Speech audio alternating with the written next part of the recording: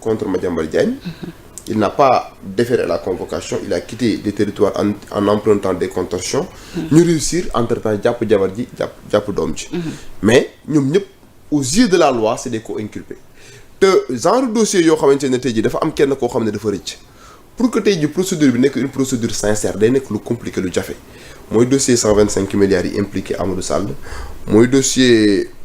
le gars qui est en détention le gars bi ne woon LONASE. Lat Diop. à partir du moment où Mouhamed Dieng waxoon naa ko benn émission ñëwul ban confronté ak Lat Diop juge d'instruction mënul am une compréhension globale de ce dossier là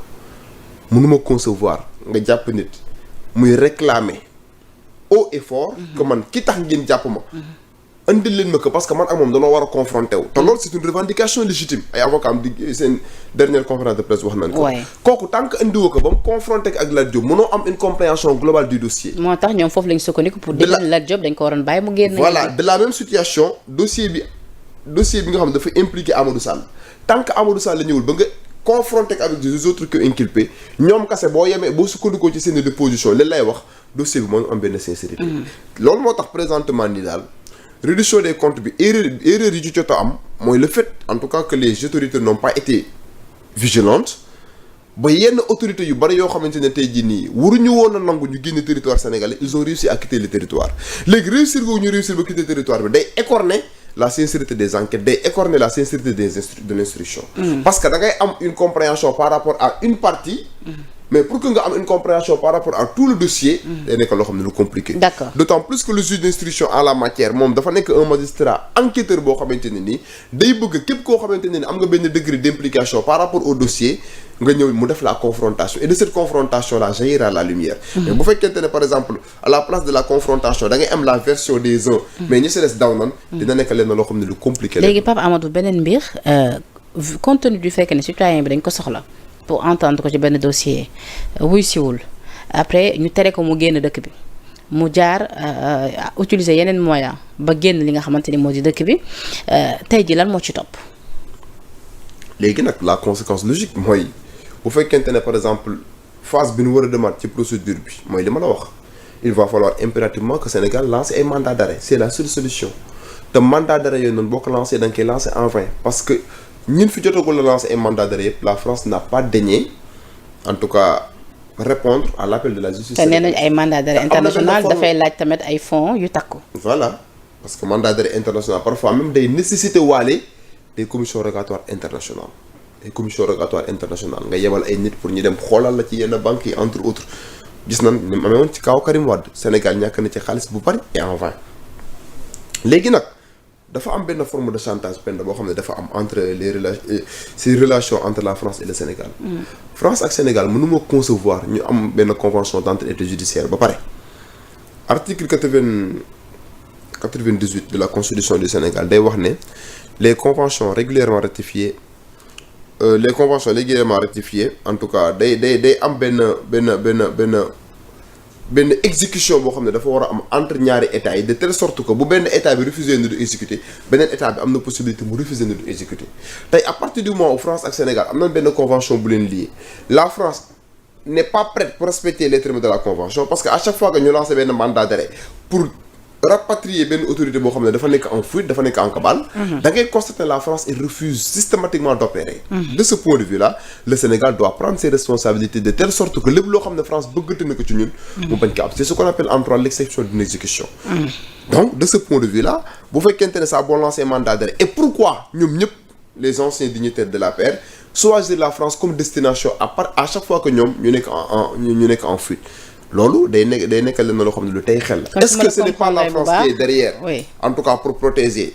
ces délinquants à col blanc yi nga xam ne présentement la justice sénégalaise a besoin de leur comparution pour que ñu leeral ay dossiers à chaque fois que bu situation bi tàngee ñu doon dem France loolu aussi war na mën a pousser les autorités sénégalaises ñu interroger en tout cas les rapports yi nga xamante ne ñu war nañ ko am ak France en termes de jokkalante. léegi Pape Amadou su ma la comprendre bu baax dans cette affaire lenn rek lañ mën mooy toog xaar Madiambal ñibbisi tranquillement. voilà c'est la seule chose qu'il veille. te moom nee na moom day préparer sa défense su paree dina ñëw. non loolu moom ay waxi caaxaan la préparer sa défense ñi koy défendre Sénégal gi lan ne Madiambal Diagne il a fui il ne s'est pas comporté en un véritable gentleman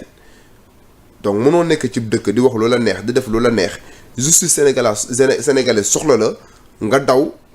ba pare di wax ay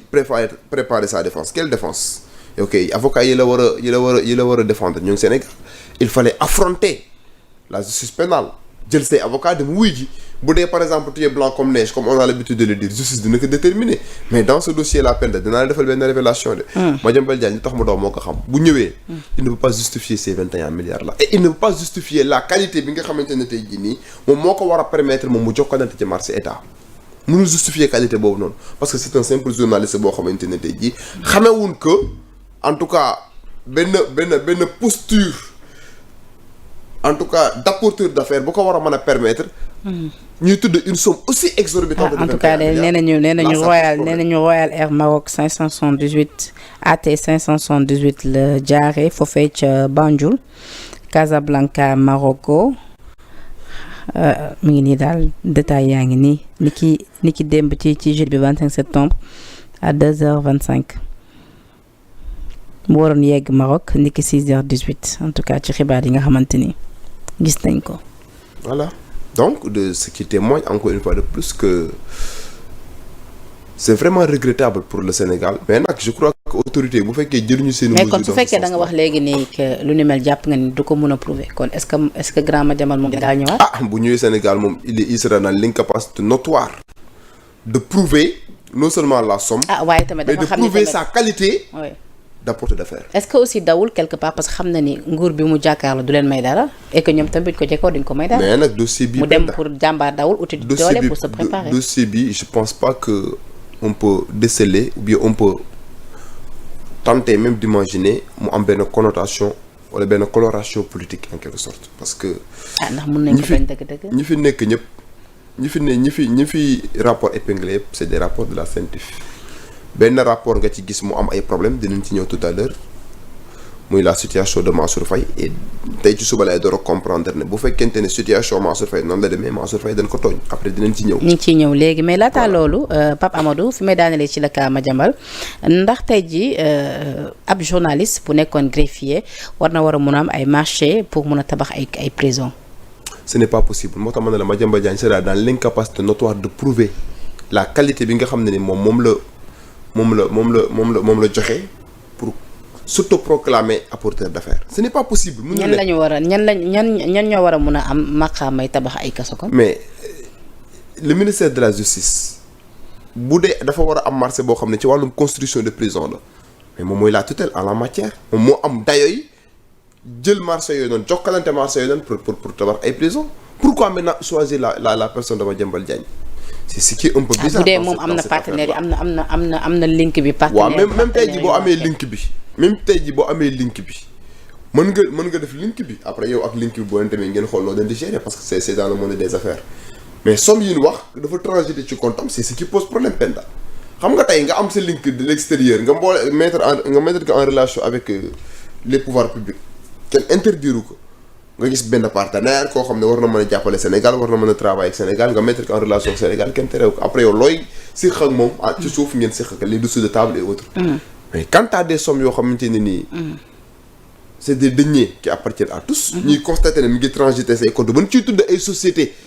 yoo xam ne nii parce que aussi le seul fait en tout cas que ay doomam ñu tudd leen ci wàllum société est-ce que ce ne sont pas des sociétés écran parce que la plupart de ces gens-là pour justifier le montant dañuy profiter wax seen jabar seen doom créer leen ay sociétés